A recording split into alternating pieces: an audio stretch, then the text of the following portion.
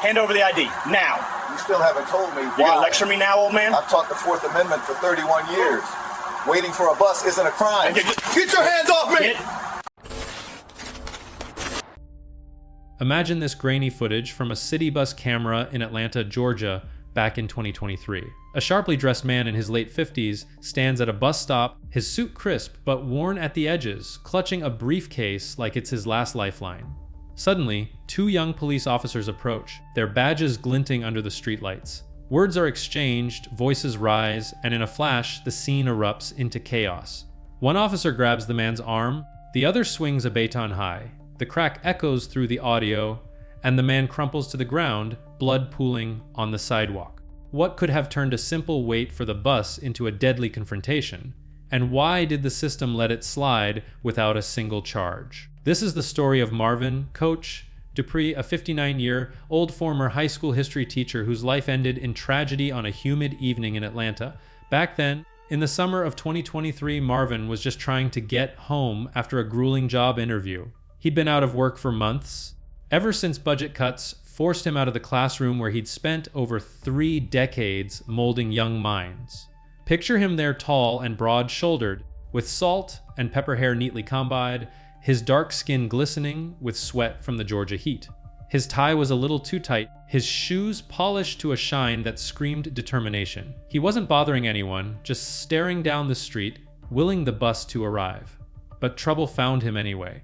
Officers Derek Harlan and Kyle Ramirez, both in their mid-20s and fresh on the force, were patrolling the neighborhood, a mix of rundown apartments and corner stores in the southwest part of the city where poverty clung to every cracked sidewalk. From the bus camera's wide-angle lens, you can see them pull up in their cruiser, lights off, no sirens. They step out, adjusting their belts heavy with gear guns, tasers, batons. Harlan, a lanky white guy with a buzz cut, eyes Marvin suspiciously. Ramirez, shorter and stockier with a Hispanic background, hangs back but nods in agreement.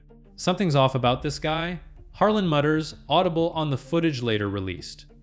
Too dressed up for this block, probably up to no good. Marvin turns as they approach, his face a mask of wary politeness. Evening, officers, he says, his voice steady but laced with the exhaustion of a man who's seen too many days like this. The camera catches it all, the way Harlan demands ID without explanation, the flicker of defiance in Marvin's eyes. Why? I'm just waiting for the bus, Marvin replies, his hands visible, no sudden moves. But in that moment, the air thickens with tension. Harlan steps closer, invading his space, the scent of cheap cologne mixing with the urban smog. Because I said so, old man, hand it over. What happens next is a blur of motion captured in stark clarity by the bus's dash cam. Marvin refuses, citing his rights he'd taught his students about in lessons on civil liberties. I know the law, he says firmly. You need reasonable suspicion. Harlan's face twists in anger, a young cop not used to being challenged. He grabs Marvin's arm, twisting it behind his back.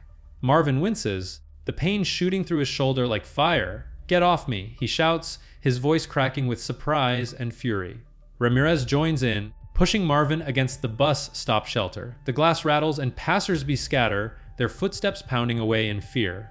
The struggle intensifies. Marvin, no fighter but fueled by indignation, tries to pull free. Harlan draws his baton, the metal gleaming ominously. Stop resisting, he yells, but the footage shows Marvin's hands up, pleading. Then the blow comes, a swift strike to the head, the crack like thunder. Blood sprays across the lens, blurring the view momentarily. Marvin staggers, his briefcase clattering to the ground, papers spilling out, resumes, teaching certificates, dreams scattered on the concrete. As he falls, his body hits the pavement with a thud that vibrates through the audio. The officers stand over him, breathing heavy, Harlan wiping sweat from his brow while Ramirez calls for backup. Sirens wail in the distance, but for Marvin, time slows. His vision blurs, the world tilting as pain explodes in his skull. Thoughts race through his mind, his late wife, his grown kids, the students who'd called him Coach for coaching the debate team. Was this how it ended? Over a suit and a bus stop. The bus driver, frozen in shock, finally radios for help, but it's too late to stop the bleeding. Paramedics arrive minutes later, loading Marvin onto a stretcher, his suit now stained crimson. He lingers in the hospital for 3 agonizing days, machines beeping around him, family at his bedside whispering prayers. By the fall of 2023, Marvin Dupree was gone, another name etched into Atlanta's troubled history of police encounters. But here's the twist that left everyone reeling. The department's internal review cleared the officers almost immediately, citing resistance as justification. No charges filed, no trial. The case dragged into 2024, only to be quietly closed without fanfare. How could a man die over a simple ID check and the system just shrug? What secrets from Marvin's past might explain why he stood his ground so fiercely? And what hidden biases turned a routine patrol into a fatal beating? The city of Atlanta still carries the weight of that humid July evening in 2023 when Marvin Dupree never made it home. To understand why a 59-year-old man in a pressed charcoal suit ended up bleeding out on Pryor Road, you have to go back further, back to the classrooms, the football sidelines, the quiet dinners, and the slow erosion of a life built on discipline and pride. Marvin Jeremiah Dupree was born in 1964 in Macon, Georgia, the second son of a railroad porter and a seamstress who sewed choir robes on the side. Growing up in the shadow of segregation's slow retreat, he learned early that respect wasn't given freely to black men. You had to command it. He was the kid who always had his shirt tucked in, shoes shined, homework finished 2 days early. Teachers called him Professor long before he ever stepped into a classroom himself. By 1986, he'd earned a history degree from Morehouse College, then a master's in education. For 31 years, he taught U.S. history and government at Booker T. Washington High School on the West Side. Students nicknamed him Coach, not because he ran the football team, he didn't, but because he coached debate, mock trial, and life. He had a way of looking you in the eye and saying, "You are not your circumstances," that made even the hardest kids sit up straighter. Parents trusted him. Alumni still called him on holidays. Marvin married his college sweetheart, Loretta, in 1989. They raised 2 children, Jamila, now 32 and a nurse in Charlotte, and Marcus. They named the boy Jeremiah Jinger, JJ, who works construction in Savannah. Loretta passed in 2018 after a long battle with breast cancer. Marvin never quite recovered. He kept her wedding band on a chain under his shirt and started wearing her favorite color, deep burgundy, on his ties. Friends said the light in his eyes dimmed after that. Then came 2020, remote learning, budget shortfalls. By spring 2022, the district right-sized staff. Marvin, at 58, with seniority but no political connections, was handed a pink slip along with 12 others. The letter thanked him for his service. The principal didn't even call. He spent the next 14 months applying everywhere: middle schools, community colleges, private tutoring, even security guard positions. Each rejection letter felt like another small death. He sold the family home in Cascade Heights to downsize into a 1-bedroom near the MARTA line. The suit he wore that fatal evening was the last good one left, bought for his daughter's wedding in 2015, altered twice to fit a frame that had grown thinner with stress and grief. That morning in July 2023, he'd had what felt like a real shot, a social studies position at a charter school in Decatur. 4 rounds of interviews.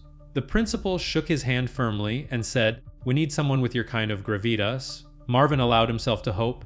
He left the building at 4:40 p.m., caught the 155 bus downtown, transferred to the 95, and got off at Pryor and Cleveland to wait for the 49. Rush hour, heat index on 3 degrees F. Sweat rolled down his temples, but he kept the jacket on. Appearance still mattered. Across the street, officers Harlan and Ramirez had just finished a domestic call that ended in nothing more than yelling. They were restless, adrenaline still up. The radio crackled with minor calls, but nothing urgent. That's when Harlan noticed the man at the bus stop. "Look at dude," he said to Ramirez, sweet like he's headed to Buckhead, standing in the middle of the projects. "Either he's lost or he's selling something." Ramirez chuckled. Or both. They circled the block once, then pulled up. Body cam footage later showed Harlan stepping out first, hand already resting near his holster. Not drawing, just resting. Ramirez stayed by the cruiser door.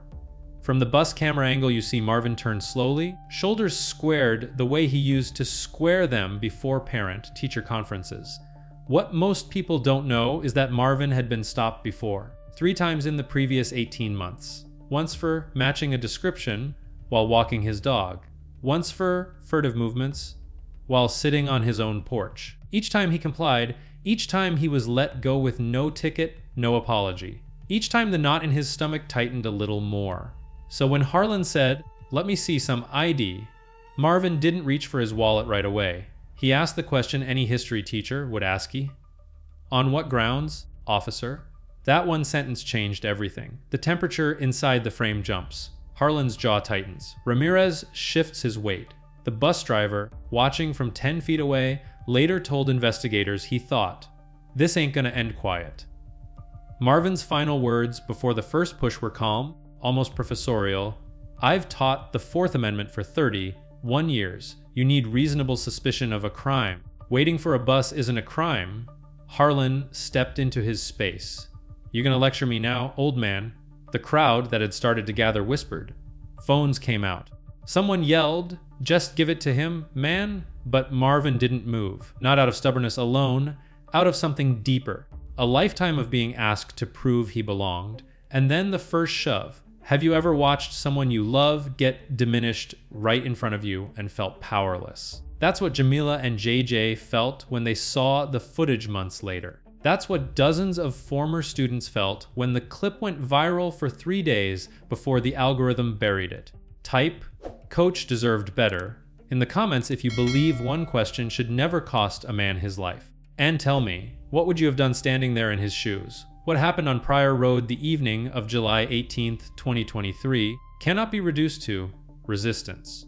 The way the Atlanta Police Department's one-page summary claimed. To understand why a 59-year-old former teacher, who had never even received a parking ticket, ended up on the concrete with his skull fractured, you have to go back years before that bus stop. The real fuse was lit long ago, and it burned quietly inside Marvin for decades. It started, in many ways, with his older brother Ronald, Big Ron, Dupree. In 2014, Ron was 52, working double shifts at a warehouse to keep the lights on for his wife and 3 kids. One February night at 2:17 a.m., a Clayton County patrol car lit him up for suspicious driving. He had drifted slightly over the fog line.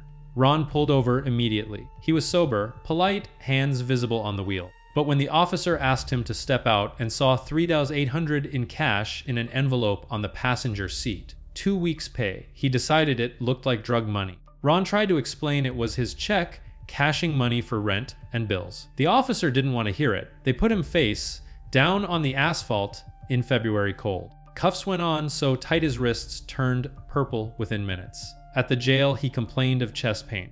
Guards wrote it off as faking. 47 minutes after booking, Ron suffered a massive heart attack in the holding cell. The camera shows a guard glancing in, then walking away. 11 minutes later, someone finally checked. Because of death on the certificate, natural.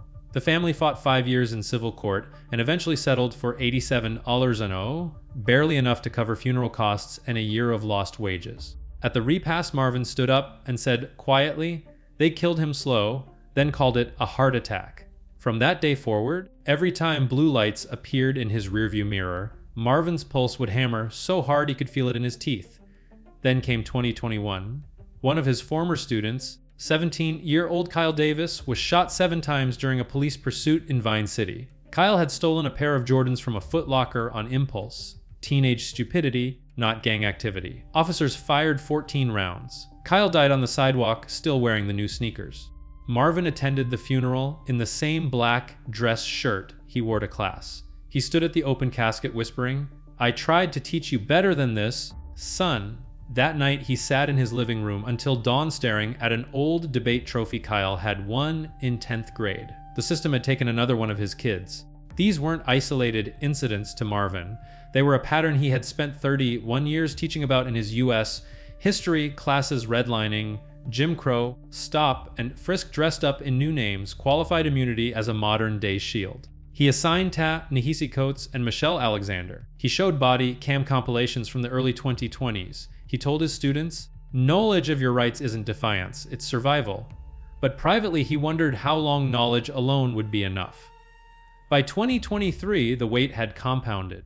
Loretta gone, job gone, house gone, savings almost gone. Each traffic stop he endured in the previous 18 months felt like a rehearsal for something worse. Once for matching a description while walking the family dog. Once for furtive movements while sitting on his own front porch reading a newspaper. Each time he complied perfectly. Each time he was released with no paper trail, no apology. Each time the knot in his gut pulled tighter. So when Officer Harlan demanded ID that July evening without stating a single crime, something inside Marvin finally snapped. Not into violence, but into clarity. He had spent a lifetime teaching young people to stand on principle. He had buried a brother and a student to the same system. He had lost almost everything else. What was left to lose? I've taught the Fourth Amendment for 31 years. He said, voice level but carrying. You need reasonable suspicion of a crime. Waiting for a bus isn't a crime. Harlan's face flushed red under the streetlight. He stepped so close their chests almost touched. You gonna lecture me now, old man? The bus driver, frozen behind the wheel, later told investigators he thought to himself, this ain't ending quiet. Marvin didn't reach for anything. His hand stayed visible, but he didn't step back either. A lifetime of stepping back had brought him here, to this exact spot, this exact moment. And then the first hard shove. Have you ever reached the point where complying one more time felt like betraying everyone who came before you? That's where Marvin stood. Type, enough is enough. In the comments, if you believe a man shouldn't have to choose between his dignity and his life. And tell me, what's the one moment in your own life when you finally said no more? The footage from the MARTA bus camera is merciless in its clarity. July 18th, 2023. 6:47 p.m. The sun is still brutal, turning the asphalt into a shimmering black mirror. Marvin Dupree stands at the prior road stop, shoulders back, briefcase at his feet. Officer Derek Harlan is already in his space, chest out, chin up, the posture of a man who has decided this encounter will not end with conversation. Officer Kyle Ramirez flanks slightly to the right, hand hovering near his taser, eyes darting between his partner and the growing knot of onlookers pulling out phones. Harlan's voice cuts through the humid air, sharp and loud enough for the bus microphone to catch every word. I said hand over the ID. Now? Marvin's reply is measured, almost calms. You still haven't told me why? That's the moment the temperature inside the frame spikes. Harlan's face darkens. He doesn't answer the question, he answers with motion. His left hand shoots out, clamping around Marvin's right bicep like a vise. Marvin winces, you can see the pain flash across his features, but he doesn't swing. He tries to pull away once. Instinct, not aggression. Get your hands off me, he says, voice rising for the first time. Harlan yanks harder, spinning Marvin toward the bus shelter. The glass panel rattles as Marvin's shoulder slams into it. Papers fly from the half-open briefcase. Resumes, a folded letter from the charter school in Decatur that read, "We were impressed," before the sentence disappears under boots. Ramirez steps in now, grabbing Marvin's left arm. Together they force him face first against the shelter. Marvin's cheek presses to the warm, dirty plexiglass. His breathing turns ragged, not from exertion, but from the sudden, humiliating compression of his chest.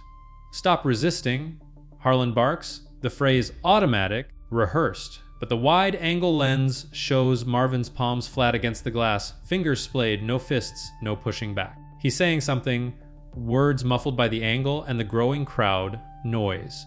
But lip, readers later claimed it was, I'm not resisting, I'm not resisting. Harlan keeps one hand on Marvin's neck, pressing his head down. With the other he reaches for the baton on his belt. The black composite stick slides out smooth and fast. He doesn't hesitate. The first swing comes down across Marvin's upper back, hard enough to make the bigger man grunt and buckle at the knees. The sound is wet, meaty, like a bat hitting a heavy bag. Marvin's legs start to give, but the officers hold him upright by the arms. Then the second blow. This one is aimed higher. The baton arcs and connects with the right side of Marvin's head just above the ear. A sickening crack, like a thick branch snapping, echoes through the bus audio. Blood appears instantly, bright and shocking against the gray suit. It runs down his temple, drips onto the collar of his white shirt, stains the burgundy tie Loretta picked out for him years ago. Marvin's body goes slack. His knees fold completely. The officers let him drop. He hits the pavement face down, arms splayed, briefcase still open beside him like an accusation. A dark pool begins to spread under his head. Someone in the crowd screams. Phones are still recording, shaky, angry voices yelling, they killed him. Call an ambulance. Y'all see this shit?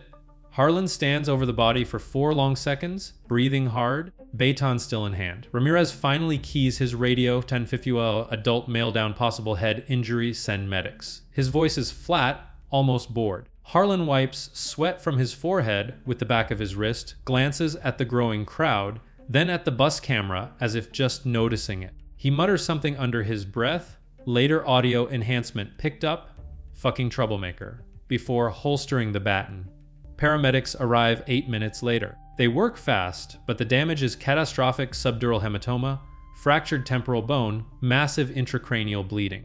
Marvin is loaded onto the stretcher still in his suit, one loafer missing, blood soaking through the white gauze they wrap around his head. The ambulance doors close. Sirens Doppler away toward Grady Memorial. Back at the stop, officers secure the scene. Evidence markers go down. The briefcase is collected, papers bagged. A crowd of 30 or 40 people stays, some crying, some filming, some praying out loud. One older woman, gray braids, nurse scrubs, kneels beside the bloodstain and whispers, "Lord, take care of Coach. He was one of the good ones." The body cam footage from Harlan and Ramirez tells a different story in their official statements. They describe active resistance, reaching toward waistband, aggressive posture. None of it matches what the bus camera captured from its fixed, unblinking eye. But the worst part, the department's initial press, released the next morning, called it an officer involved use of force during a lawful detention. No mention of the suit. No mention of the job interview. No mention that Marvin Dupree had spent his life teaching kids exactly why they should never have to beg not to be touched. What would you call it when the camera shows one thing and the report says another? Type "bodycam don't lie" in the comments if you think the truth should matter more than the badge. And drop your city below. Where are you watching this from? The chaos that unfolded after Marvin Dupree hit the pavement on Pryor Road that July evening in 2023 rippled out like shockwaves from a grenade. The bus camera kept rolling, capturing the immediate aftermath in unflinching detail. Officers Harlan and Ramirez stepping back, their faces a mix of adrenaline and dawning realization. Harlan paced a tight circle, radio in hand, barking updates to dispatch. Ramirez knelt briefly beside Marvin, checking for a pulse, then stood up quickly as if the blood might contaminate him. The crowd surged closer, phones high, voices rising in a cacophony of outrage and fear. "You murdered him," a young man shouted, his voice cracking. An older woman in scrubs pushed through, demanding to help, but Ramirez waved her off. "Back up. This is a crime scene now." Paramedics arrived at 6:55 p.m., their sirens cutting through the humid dusk. They worked with practiced urgency. IV lines, oxygen mask, backboard to stabilize the neck. Marvin's body was limp, his breathing shallow and irregular. Blood matted his salt and pepper hair, seeped into the cracks of the sidewalk. As they loaded him into the ambulance, a bystander, a teenage girl with braids, captured the moment on her phone, the stretcher wheels rattling, the doors slamming shut, the vehicle peeling away toward Grady Memorial Hospital. That clip would rack up 200,000 views on social media before the night was out. Hashtag Fig Justice for Coach and Fay Atlanta P Shame. Word spread like wildfire through southwest Atlanta. Marvin's daughter Jamila was at her nursing shift in Charlotte when her phone buzzed with a text from a cousin. "Uncle Coach hurt bad. Cops. Get here?" She dropped everything, drove through the night, arriving at Grady by 3 a.m. to find her brother JJ already there, pacing the ER waiting room. The doctor's update was grim, severe traumatic brain injury, swelling pressing on vital areas. "We're doing everything we can," the neurosurgeon said, but his eyes said otherwise. Jamila collapsed into a plastic chair, sobbing quietly. JJ punched the vending machine until his knuckles bled. Their father, the man who'd coached them through every crisis, now lay in a coma, tubes snaking from his arms and throat. Back at the scene, the department's response kicked into gear. Supervisors arrived, cordoning off the block. Harlan and Ramirez were separated, debriefed in hushed tones inside a command van. Their body cams were collected, statements taken. By midnight, the official narrative was forming. Subject became combative during a routine welfare check. Force was necessary to ensure officer safety. No mention of the suit, the briefcase, or the fact that Marvin had no weapon, no drugs, no warrants. The bus driver, a 45-year-old named Elijah Brooks, gave his statement trembling, wasn't doing nothing wrong, just waiting like the rest of us. The next morning, July 19, Atlanta woke to the story. Local news ran the sanitized version first, man injured in altercation with police. But by noon, raw footage leaked online via a community Facebook group. Views exploded. Protests formed outside the Zone 3 precinct by evening, 50 people at first, chanting, "No justice, no peace." Signs read, "Coach Dupree taught us better," and "Stop killing us over nothing." Former students showed up, dozens of them, from lawyers to laborers, sharing stories of how Marvin had changed their lives. One, a 28-year-old public defender named Tasha Reynolds, told reporters, "He taught me to question authority respectfully. And look what it got him, the officers." Harlan went home that night to his apartment in Midtown, replaying the swing in his mind, the way the baton connected, the give of bone. He called his union rep at 2 a.m., voice shaky. Ramirez, living with his parents in Doraville, stared at the ceiling, ignoring texts from buddies asking if he was okay. Both were placed on paid administrative leave by July 20, standard procedure. No arrests, no charges, just pending investigation. Marvin lingered for 3 days, machines beeping, family rotating shifts at his bedside. Jamila read him passages from his favorite history book, The Souls of Black Folk. JJ whispered apologies for not visiting more. On July 21 at 4:32 p.m., his heart gave out. The official cause, complications from blunt force trauma. The city simmered. Donations poured in for the funeral, $45,000 in 48 hours via GoFundMe. But the deeper scars, Jamila quit her job, moved back to Atlanta to care for her brother's kids, haunted by nightmares of blue lights. JJ spiraled into anger, losing his construction gig after a bar fight. Students at Booker T. Washington High held a vigil, renaming the debate room in his honor unofficially. The community felt one more loss in a long line, trust in the badge eroded further. How many more families have to bury their fathers before something changes?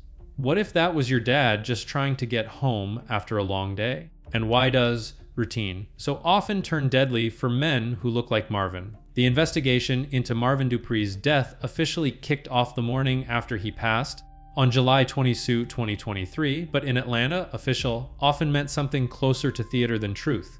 The Atlanta Police Department's Internal Affairs Unit took the lead, with the Georgia Bureau of Investigation hovering like a reluctant shadow. Captain Lena Washington, a 15-year veteran with a no-nonsense stare and a history of closing cases quietly, was assigned. She reviewed the bus camera footage first, frame by frame, the crack of the baton echoing in her headphones. "This looks bad," she muttered to her partner, but the report she filed later called it inconclusive. Evidence piled up quickly, or at least it seemed to. The bus driver's statement, Elijah Brooks swore Marvin never swung, never reached for anything. He was just talking rights. Brooks said, his voice shaking in the recorded interview. Cell phone videos from bystanders corroborated 6 angles showing the same story: demand for ID, refusal, shove, baton. No weapon on Marvin. No drugs in his system per the toxicology report released weeks later. His briefcase held only job applications, a worn Bible, and a photo of Loretta smiling from their wedding day. But then the twists started unraveling. Harlan's body cam. It malfunctioned during the critical 47 seconds of the escalation, audio garbled, video jittery. Ramirez's cam showed mostly his partner's back, convenient angles hiding the baton's path. Department techs blamed equipment failure, but a leaked memo from August 2023 revealed the cams had been serviced just 2 weeks prior. Whispers in the precinct suggested sabotage, maybe a quick unplug during the chaos. Civil rights groups like the NAACP Atlanta chapter demanded independent forensics. They got it, sort of a third-party firm confirmed tampering, but the report vanished into red tape. Deeper digs revealed patterns. Harlan, 26, had 3 prior complaints for excessive force, all in low-income black neighborhoods, all dismissed as unsubstantiated. One involved a 62-year-old veteran stopped for looking suspicious in a suit, eerie echo. Ramirez, 24, was cleaner on paper, but his training logs showed he failed de-escalation twice before passing on a 3rd try.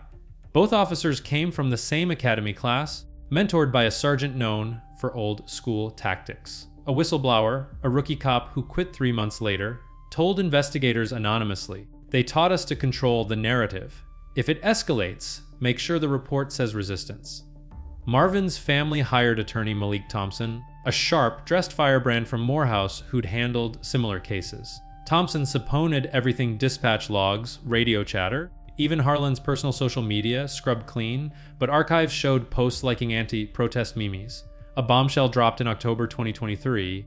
Audio enhancement on the bus tape picked up Harlan whispering to Ramirez just before the stop, "Let's check this fancy boy out. Bet he's holding." No probable cause, just bias. Thompson paraded it on local TV. This wasn't a stop. This was a hunt. Emotions boiled over. Jamila testified at a city council hearing in November. Voice breaking. My father taught history so we wouldn't repeat it. But here we are, another black man dead for daring to know his rights. Protests swelled to hundreds outside City Hall. Chants of, "Coach! Coach!" echoing off the buildings. Former students organized marches, one carrying a sign, "He coached us to stand. Now we stand for him." JJ spoke at a rally, fists clenched. "Took my dad over a suit. A damn suit." The city felt the pressure. Mayor Andrew Dickens issued a statement promising transparency, but it rang hollow. Yet the revelations kept coming. In December 2023, an anonymous tip led to Harlan's ex-girlfriend. She provided texts from July 18, rough night. Had to handle some mouthy old guy. Followed by C. He wouldn't shut up about laws. Thompson used it in a civil suit filing, painting Harlan as cavalier. The department countered with context, claiming the texts were misinterpreted. But the damage stuck. By early 2024, the GBI wrapped their probe. No criminal charges recommended. Force was proportionate, the summary read. Internal Affairs cleared both officers for duty by March. Harlan transferred to desk work, Ramirez back on patrol. The family settled a wrongful death suit out of court for $1.2 million in June 2024. Hush money, Jamila called it. The case closed officially that summer, files sealed, no admissions of guilt. How does a clear video, witness statements, and patterns of abuse add up to zero accountability? What if the malfunction wasn't accidental? And why do good men like Marvin pay the ultimate price while the system protects its own? Type, system failed again. In the comments if this story hits too close to home. Share your thoughts. Has something like this happened in your community? The case of Marvin, Coach Dupree officially closed in the summer of 2024, but for those who knew him, justice remained an open wound that never quite healed. The Atlanta Police Department, under mounting pressure from protests and media scrutiny, announced no criminal charges against officers Harlan and Ramirez on June 15, 2024. The district attorney's office cited insufficient evidence of malice. In a terse press conference, despite the bus camera footage, the tampered body cams, and the chorus of witness testimonies, Harlan resigned quietly in July 2024, moving to a private security job in Texas. Ramirez was reassigned to a desk role but kept his pension intact. No firings, no trials, just a policy review that led to additional de-escalation training for the precinct, the kind of change that sounded good on paper, but changed nothing on the streets. The civil settlement came through in August 2024, but $1.2 million split between Jamila JJ and a fund for Marvin's former students. Jamila used her share to start a nonprofit in Atlanta called Coach's Legacy, offering free legal clinics on civil rights and debate workshops for kids in underserved neighborhoods. It grew quickly, partnering with Morehouse by late 2024, turning Marvin's lessons into a living memorial. JJ channeled his grief into advocacy, speaking at events across Georgia about police reform. He got clean, found steady work, and named his newborn son Marvin Jr. in October 2024. Former students rallied too. One even ran for city council in 2024 on a platform of accountability, citing Coach as his inspiration. The debate room at Booker T. Washington High was officially renamed the Dupree Center that fall, with a plaque reading, "He taught us to stand." But the system? It didn't bend. The same patterns persisted. Other stops, other batons, other families left picking up pieces. Critics pointed to qualified immunity as the unbreakable shield, allowing officers to walk away while communities buried their dead. In Marvin's case, the resistance, label stuck like glue, even as footage proved otherwise.